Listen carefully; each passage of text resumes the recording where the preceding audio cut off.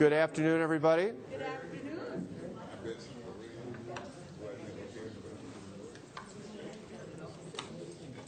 We're glad to have you here. Glad to have the Brown Deer Library hosting us here today, and we've moved it around to different spots in years past. And last year we came over to the library, and it was a good setting. And so we're doing this at this location again here today. And then later this week we'll be down at the Wilson Park Senior Center. And we always get a good crowd there as well. I said it's an interesting process. We'll tell you about this in a few moments process-wise. It's a little bit earlier than we have before, mainly because we wanted to get the public a little more engaged. We'll see how that works. But the intent was to get that done before even department requests come in, and then to spend the rest of the summer working at taking input we've got at these sessions, at other events we speak at, civic clubs, Rotaries, and Kiwanis, and things like that, as well as trips to senior centers and other locations around the county, and incorporate that all into the budget that we'll present later in September. Again, we'll go through the process in a moment. Just so folks know, I've got a mic on, just so you know if you're standing up, and there's a camera here from Wisconsin Eye. That'll be available, I believe, on the website later. I don't know how long it takes to stream everything along, but it's kind of nice. That's, for those who aren't familiar, Wisconsin Eye is kind of like the Wisconsin equivalent of C-SPAN. Besides broadcasting, the Assembly and the Senate, they also do a number of civic events, both in the Capitol and obviously others around the state of Wisconsin. So we're glad to have Wisconsin Eye here as well. What we're going to do is go through a little bit of a PowerPoint. The next slide here shows a little bit of what we're going to do here today. In just a few moments, I'm going to give an overview of the county budget and the budget process, talk a little bit about some of our historical budget challenges. Some of these things, the folks who've been around before won't be surprised. A few others are newer versions of that. We're going to talk about what my goals are for 2009 and how people react to that, both in the public and in terms of our department and division heads, and ultimately the county board, when in October and November they get to work on their version of the county budget. And then specifically we'll talk about some of the challenges for this coming year's budget, what the process is, and then open it up to some public input. So with that, next slide tells you a little bit about the overview of the budget process. For folks who are unfamiliar, it's kind of interesting to see where the dollars go, and if folks want, there are some handouts that are the same thing as this PowerPoint, if it's easier to see there. As you can see, Health and Human Services makes up just about half of the county budget. Now, that's a pretty broad term. That's everything from health and human services, from support for people with disabilities, safety net programs that are out in the community, things like our EMS system, behavioral health services that we provide for those with mental health needs, both in the community and inpatient. It also is programs we have through our Department of Aging and for older adults throughout the community. So a pretty broad spectrum. But that's about half of our budget. And then both transportation and public works and the general category of public safety, which includes the courts and the sheriff, the House of Corrections, are both about equivalent, just under 20% of the budget there. And then you see other pieces. After that, parks and recreation and culture, predominantly parks, although there's a lesser amount that fits into that. That's some of the things that we don't run, like the museums, but things that we provide assistance for. And then other parts that are more back service in terms of administration, and things like our capital budget and our debt service. So where do we get the money to do that? The next slide shows, probably to most people's surprise, only about a quarter of what we get our money from comes from the taxpayers directly. I mean, indirectly through revenues, but in terms of a tiny sliver from the sales tax, and then less than 20% comes from the property tax levy. Again, that's one that I think a lot of people don't fully appreciate, or maybe not even understand. About a third comes from state and federal aids. In most cases, that's predominantly through our Health and Human Services, where we get state funding or federal funding. In fact, a lot of state funding is just passed through federal dollars as well. And then departmental income can be everything from a fee you pay to go golfing to a fee you pay for a service, or a portion of a payment you might pay for a service So it could be any variety of things, but it's income that comes in directly from our departments. And then just a little bit beyond that from our bond proceeds. So that tells you what we spend it on and where the money comes from. The next slide tells a little bit about some of our challenges, which again are very much historical. A number of these things we're dealing with are things that we've dealt with in all the 6 previous budgets that we've put together. Since I've been here, they're things that predate us as well. For us, we've had a gap, so when you hear about some of the gaps we're going to be facing this budget, if you're completely new to the process, you might kind of wilt over. If you've been here before, you say, oh, that's not so bad. The red bar that goes below is the gap that we started out with in each of those budgets. That's essentially the gap in terms of if you do nothing else, what is the cost to continue? So things like health care costs, retirement costs, fuel costs, any of those things that go up that don't necessarily add a new service, but you have to do just to provide the same things that you're providing today, those are the gaps we've had each of the past 4 years. Now, the good news is, even those gaps are pretty significant. As you can see above the zero line, the green bars show the surpluses that we've ended up generating at the end of the fiscal year, the end of the calendar year in our case. So because of good management, good department division heads, we've been able to meet those challenges, not only putting together the budget, but making sure we fulfilled that all the way throughout the end of that fiscal year. Next slide tells a little bit about, again, what we've had and what we've done to that. Probably one of the great benefits, and one of the things when we talked with our bond rating agencies that was interesting this year compared to last year's. Last year, we were very positive about the fact that we had about $1.1 billion worth of new construction in Milwaukee County. With the economy, we thought, and estimating that and putting that together for our bond rating presentation, that might have gone down. As you can see, we still have that, almost exactly the same dollar amount. So that's a positive, because even though there are clear challenges in the economy, the fact that we're still very stable when it comes to investment and construction is a good sign. You also see our value has continued to grow, both on a 5-year average and even in the past year. And that's important because it's not only continuing, it's sustainable growth. And that is very important with something, again, that bond rating agencies and others look at, which has an impact on our budgets, because if we have a stable bond rating, both because of things like this and things we do internally, that allows us to borrow at a lower rate and in turn helps us relieve some of our debt service payments. Next slide tells a little bit about other things that we've done. If you look, even predating my being here, but particularly over the last few years, and you can see in around 2003, there was a big dip in terms of the number of full-time equivalent employees. That was largely because we had the wave of employees when the pension issue first came up. And as people retired, in fact, as I recall, I think in the first quarter of 2002, we had more people retire than they did in the previous year or two combined. So it was a significant wave that retired at that time. Well, we tried to take advantage of that attrition and have since then, and not necessarily replace all those positions. So you can see that has a huge impact when you account for the fringe benefits in particular that are involved with the workforce there. Next slide shows, again, some of the things that we've done. These are things in particular we've done quite hand in hand with the county board, whether it's been in our wellness program that's just fully being implemented right now in terms of wellness and disease management as well. When you look at some of the concessions we got in the last contract negotiations, that certainly helped us in terms of savings there, and something that potentially might save us even more in the future.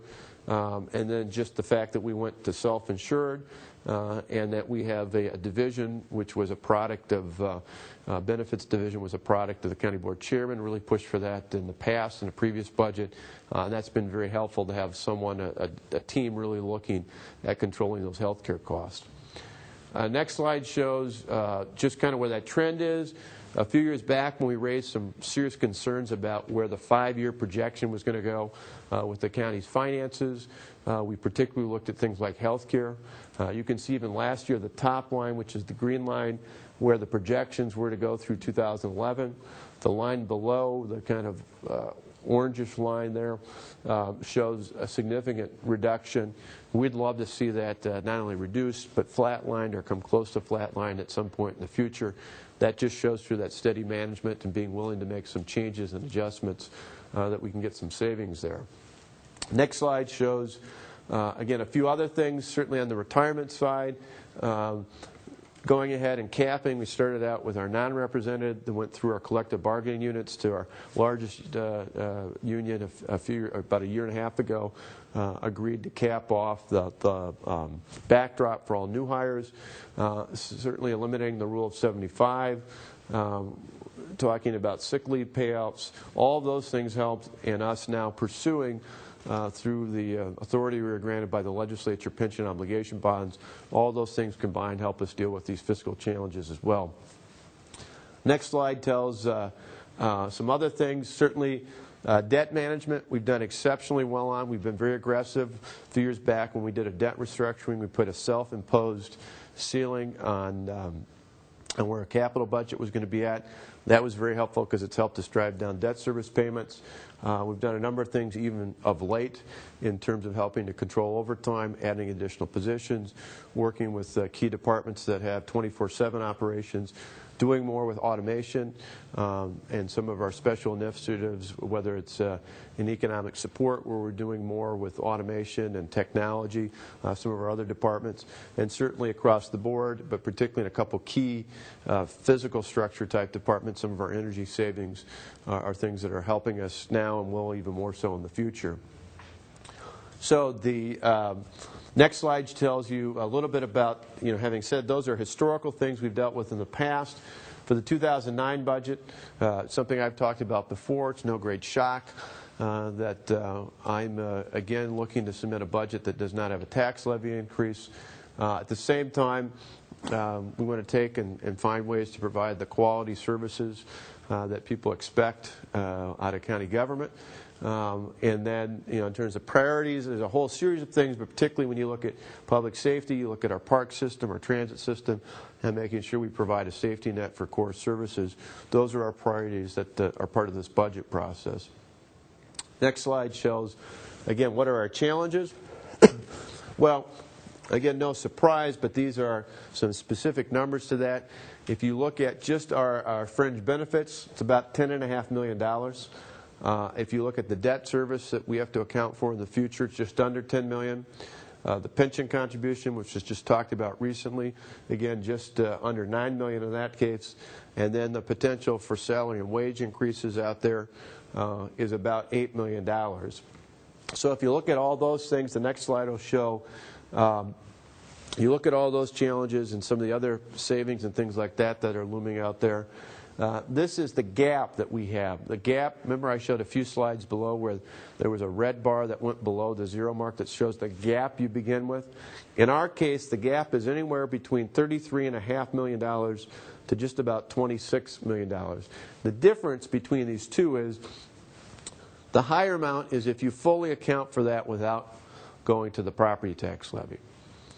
This amount over here on the right is if you say we're going to tax to the maximum amount allowed under the state statutes. Even if you tax to the max, you still have about a $26 million hole, meaning even with that statutory cap in place, you've got to account for other costs to continue things, which again are not completely unique. We've had that in the past. We've had a bit of a gap, some there which were much higher than this one is, and we've been able to accomplish that. So next slide shows process-wise, what are we going to do? Well, certainly we're doing these, and we're doing these earlier than we have in the past. Oftentimes they've been later into August. What we found was we were already in the thick of things, and we were already having budget meetings with departments, and thought it would be useful to hear from the public earlier. So as we react to what we get from departments and divisions, it would give us a chance to react to that and incorporate their concerns. We'll have this one and then the one on Friday, Wilson Park. Then at the end of this month, departments have to turn in their budget request to our Department of Administrative Services, and in turn, the first couple days of July, we'll be officially going through those specific budget requests and reviewing them, getting an understanding of them. So the first couple of days of July, we'll be doing that. And then throughout the remainder of July into August and up to the very beginning of September, we'll be finessing, working through, examining, and taking out to various groups and organizations and others in the public reactions to different variations of these budget requests. So that's the process right there. That's just on our side, on the administration side. After that, the full county board gets the, well, first the Finance and Audit Committee, and then the full county board gets the budget, voting on that in the beginning of November, and then any vetoes will be brought mid-November out there. So that's the process you see out there with the specific dates. So everything's wrapped up before Thanksgiving with any vetoes that I might issue and which the county board might administer, and then by January 1, 2009, the budget goes into full effect. So that's the process. Other than that, I think that's the last slide in terms of process out there. In terms of what we're doing today is the idea to give a presentation as to where the budget's at, and then allow folks. In the past, sometimes we've broken up into groups. I'm looking at assessing the group out here and realizing that I don't know that there's a need to break up in the smaller groups for today's session, but I can entertain questions, comments, thoughts that people have, and give us some feedback on this. And again, we'll be doing this at Wilson Park and trying to incorporate other ways out there as well. So, people have questions? You just did such a good job of an overview. Barbara, you look like you're digesting it all. Yeah. Yes. I'm really concerned, especially our aging population. And I know that people like to cut where they can, and I'm sure that's going to be one of the areas that's coming through. So in my own mind, I feel that the people that are putting this budget together really have to be convinced that this is really what they want for our county. And I'm hoping from what you're telling me that you are thoroughly convinced of this.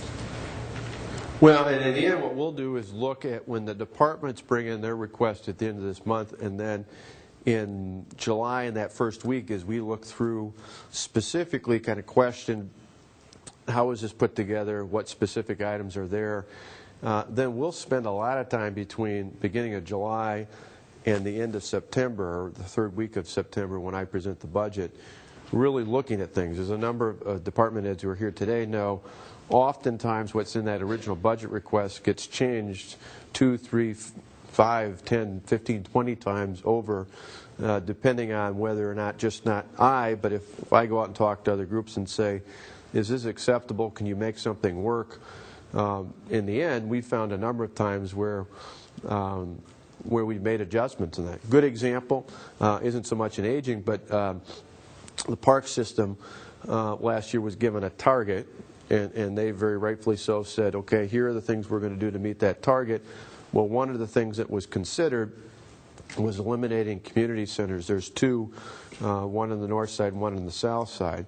Well, as we talked about that, we saw, even though that's not something that's innately in their mission, and even though there are other things like the Boys and Girls Clubs and the YMCA and other groups that provide those same sorts of services, what we ended up finding was that in those particular neighborhoods, there was such a connection to those parks and to those centers that there would have been a real void had we eliminated that.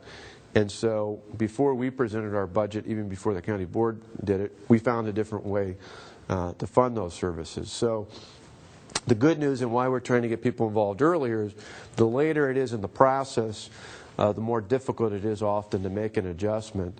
And so we wanted to hear from people sooner, figuring if there's something they don't like, or if there's something that comes out in a budget request and they say, well, we got to find a better way to do that, we're capable of doing that through this process. That's one of the other things. I know there was a story a couple weeks back about the city's budget, and they had all sorts of worst-case scenarios out there. And sometimes I cringe when I read those because, and this was just about the city's, not the county's budget, I think it talked about closing a whole bunch of libraries and other things like that. Well, in the end, if that's not something they do, there's still that perception, the false perception out there that the city was actually going to close down some libraries, where in the end, they might very well find some other alternatives to that. Because when you look at the pie, it looks like there's a pretty hefty piece that goes in for health and human services. Sure. And I'm sure that's going to be one of the areas they're going to try and attack, because they'll look at it and feel that that's the area they can take the most from. And Well, they want that. Sure, and the other quest, and a lot of the people that I've given direction to on this in terms of putting their budgets together, said even though I'm not looking to raise the tax levy, which is in itself, when you see some of those just cost to continue challenges, a pretty hefty target there, the reality is we've also tried to balance that out with saying, let's try not to cut the core services that people expect. And so from that standpoint, it means in a number of areas, we're going to have to try different things out there. I mean, today, there was a story about an idea we pursued last week, looking at the airport and saying, could we do what Mayor Daley's proposing to do in Chicago with Midway Airport and do like they've done in about a couple dozen airports in Europe, where they contract that out, they still own it, but they lease it out over a long-term period, and then the proceeds that would come from that, at least I personally would like to apply all those proceeds and draw it out on an annual basis to provide a stable funding source for the transit system. Because I think there's a connection between the airport's a regional transportation asset. Transportation is not only a countywide, but I think someday if it's interconnected, could be a regional transportation asset as well. That's something that's completely new. You saw the reaction from some of the supervisors.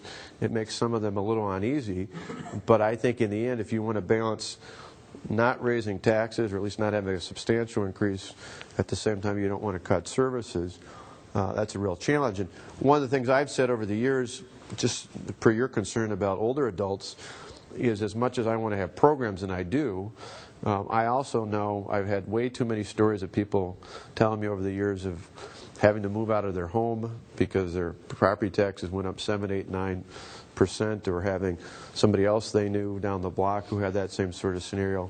So I try to balance that off, saying the best way to care for folks is allow them to stay in their own homes, and then on top of that, if I can also make sure they've got a great experience to go into one of our senior centers, or they've got a great option to sign up for family care if they need a little long-term care assistance. All those things can be integrated in a way that's all balanced out. Well, and our needs are getting so much greater, and we can see that with the need for the disability, bringing that age group down. Yep. And I don't think that's one of the things that's really been identified that much. I mean, they just think somebody out there is taking care of it, and a lot of these people are left being uncared for. There's such a Exactly. Well, and that's one of those things that we look at in the future. You mentioned an exciting thing out there, which is kind of neat because of the way the state's set up with family care. Right now, we provide, we're the largest provider for older adults in the family care system in the state of Wisconsin. But our next quest is not only to care for all those 60 and older, but now to say, how can we set ourselves up so the next phase for us is to expand to everybody between the age of 18, because under 18, there are a select set of services that are connected with the schools and funding and that there. And over 60, even people with developmental or physical disabilities can get family care support through older adults assistance. But in between 18 and 59, there's a real gap. And while we, the county, through our disability services, provide for as many people as we can, there's still a gap in the funding that we get, that big chunk of funding you saw that was state and federal up there that we get. So there's more than 2,000 people who are on what are called waiting lists to try and get assistance for disability services. If we were able to expand into family care, the beauty is if we do it right from what we learned from expanding in the first place, we can do that without adding a penny of tax levy dollars, but yet expand to fully cover all those people who in the past have been on waiting lists, which we believe, the way we've been able to manage it with a truly managed care type system, we can not only cover those people, which be our primary focus, but we can do it in a way that's cost effective to the state, which is our funding source, so that we're really providing a more cost effective means of supporting those individuals as well. So again, that's one of those things where we try to think not just the typical, the false choice of, I say, of you either raise taxes or you cut services, but instead think about, are there better ways that we can provide things? And we try to do that, and I say we because I may make the challenge, but I couldn't do it without just an outstanding cast of directors and department heads. Exactly, like the one you're sitting next to. Yeah, that's right. Thank you. Sure. Those eyes look like you had a question, Mr. Walker, and he's not related to me, by the way, so this isn't a plant. No, I was going to ask a question about the mass transportation. Yeah. Some of the key points in terms of the regional possibility, in terms of either metro or the other avenues coming in from the western suburbs. Sure. Yeah, and I think you're right. I think that is needed because the way the economy is going in terms of increase in gasoline prices, possibility of that being shut off at a later date. Yeah, we do need that. I'm very interested in the metro from Kenosha, possibly either Milwaukee or even up to Milwaukee as a possibility. Sure. See, we've got one of our supervisors from there here, Supervisor Joe Rice. Thanks for popping on that. Yeah, and on a regional basis, I think increasingly, particularly for employers, not only for employees, but for employers, when you look at transportation, not just transport, but transportation overall, is a very large and significant issue, because the day and age when you worked right next to or you lived right next to the place where you worked at, in many cases is long gone, and so jobs may be here and employees may be here. You got to find a way through both a good road system, a good transit system, good ways of integrating all that. And I think increasingly this Milwaukee 7, this regional collaboration between the 7 counties here in southeastern Wisconsin have recognized that. One of the things I hope comes out of that in the future is looking at re-examining mass transit in all of southeastern Wisconsin. Right now, obviously not only in the region but in the state, we have the largest transit system, the Milwaukee County Transit System, which the county is the primary operator for, but we contract with MTS Incorporated. They're an entity essentially created in the past as the sole operator of our transit system. But then you've got the Metro in Waukesha has got got a transit system. You've got the Bell system down in Racine, which is city of, and then you've got Kenosha's got their own system. If you really look at that in the big scheme of things, long term, it just would make sense to me that those would be integrated, as well as we already have connections with Ozaukee and Washington counties where they're partnering with our transit system for routes that are running particularly to places like downtown.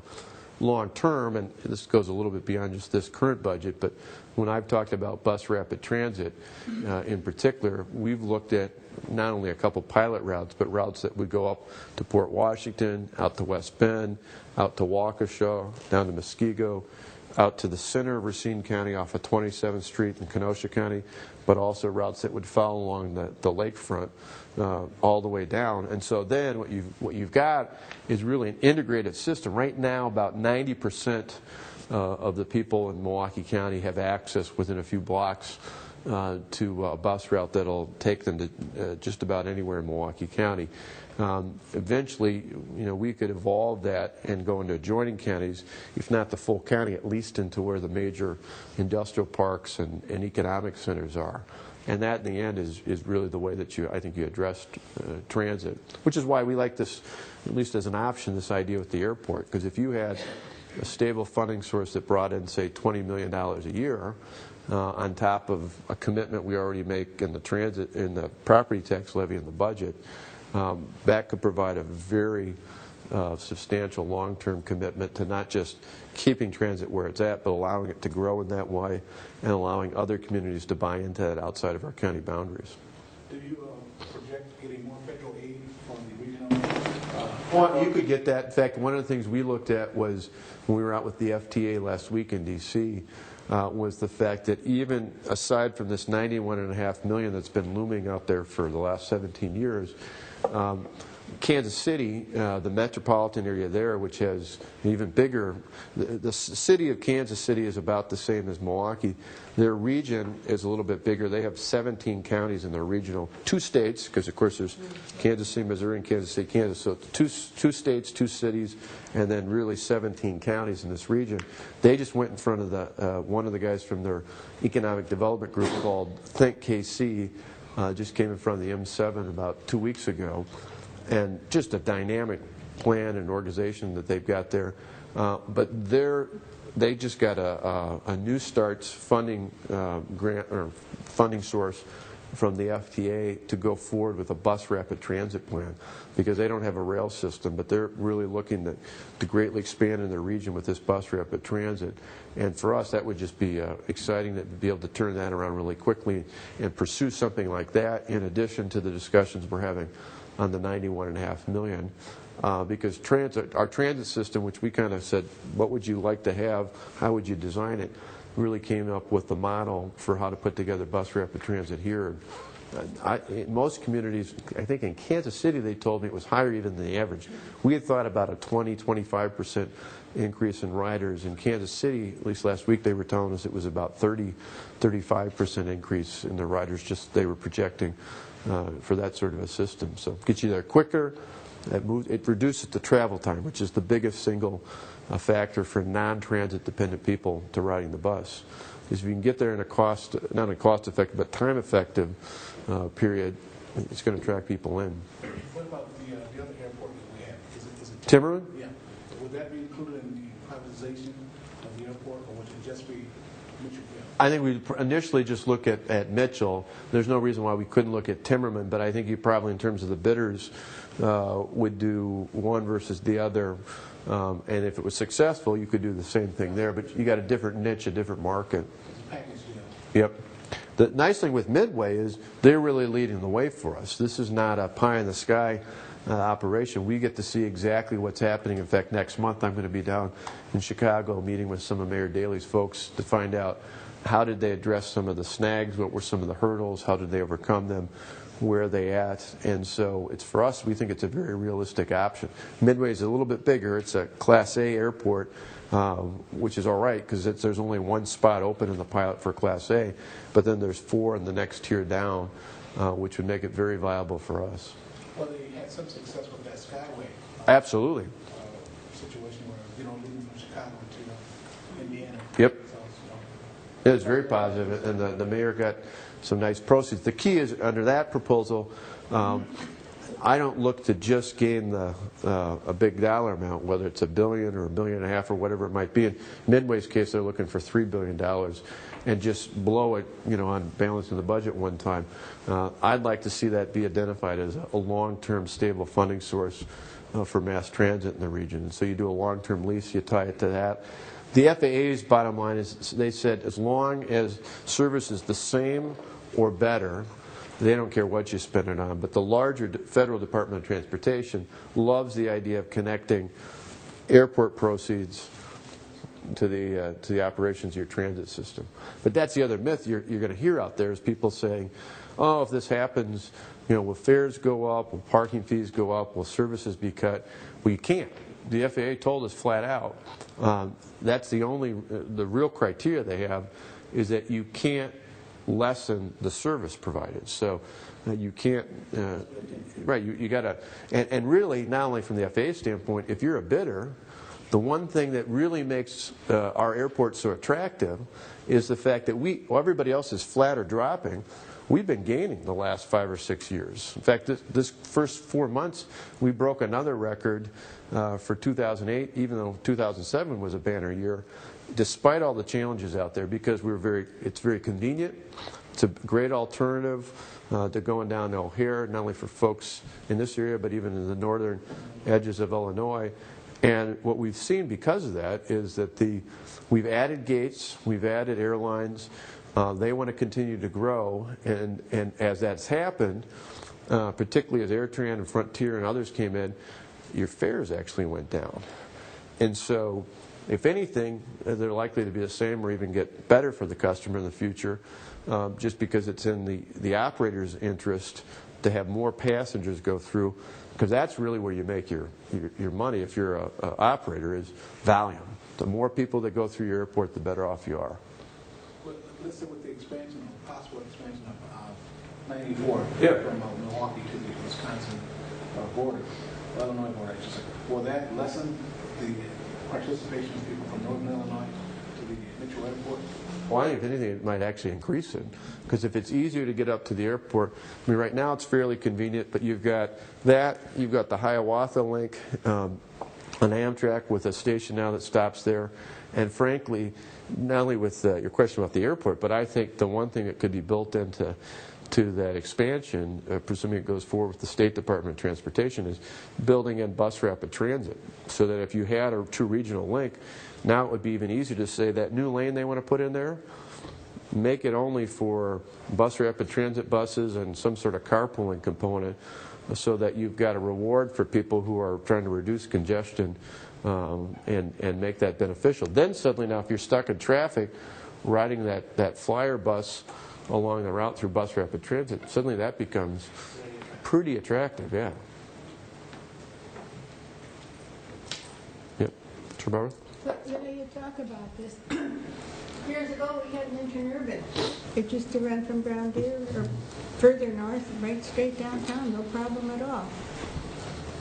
Well, and that's, the interesting thing, what I like about bus rapid transit, so folks, I should have stepped back and explained it a little bit. It's a bus still, but in most cases, other communities that have these, it's kind of an updated or a jazzier looking bus, so it almost looks like a rail car.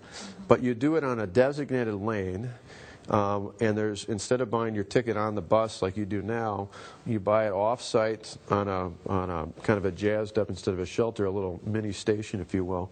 And it has some sort of GPS technology in most cases on that allow you to control intersections. So as you approach an intersection, if the light's green, it'll hold it, or it'll help speed it up if it's red. All those things make it quicker to ride that bus than a traditional bus. And there's a great phrase, the federal government, the GAO, the Government Accounting Office, did a report a few years back on this, and it said, think rail, use buses. So it's got all the advantages that you would have of, like you were saying, of a fixed rail system. It allows you to go through quicker. If there's a congestion, it really allows you to go through quicker. But yet, it's got the flexibility of a bus system. So that if a new employer appears, great example of this is originally when Transit gave us these options, one of the pilots was to go down 27th Street. And at the south end, it was going to end at Northwestern Mutual's campus, right between Franklin and Oak Creek on South 27. Well, not long after, the Wheaton Franciscans announced they were going to build a new hospital about a mile down the way past Ryan Road, right before the county line. Well, with bus rapid transit, if you already had a system operating there, it wouldn't take you more than a few $1,000s to extend that and put another little station stop there with the ticketing, and then turn around and go that way, or eventually go into Racine and Kenosha County. With a rail system, a streetcar system or a fixed rail system, you're talking millions and millions of dollars to lay more rail down every time you make a change, and then you're stuck with that. You've got to go down that way or build it off somewhere else. So the benefits are you can do a lot of the things that make them appear to be permanent, so there's that stability there for a system with bus rapid transit, and yet you can do it in a way that's much more cost effective. So you spend money actually on the rides as opposed to on just all the capital. You have more flexibility than the other one. Absolutely. I always say a great example is a decade or so ago when my predecessor, the former mayor and the former governor, signed off on the original $91.5 million. They envisioned at the time a light rail type line that would go to the Harley-Davidson Museum. They announced it right there. Well, that site today is manpower.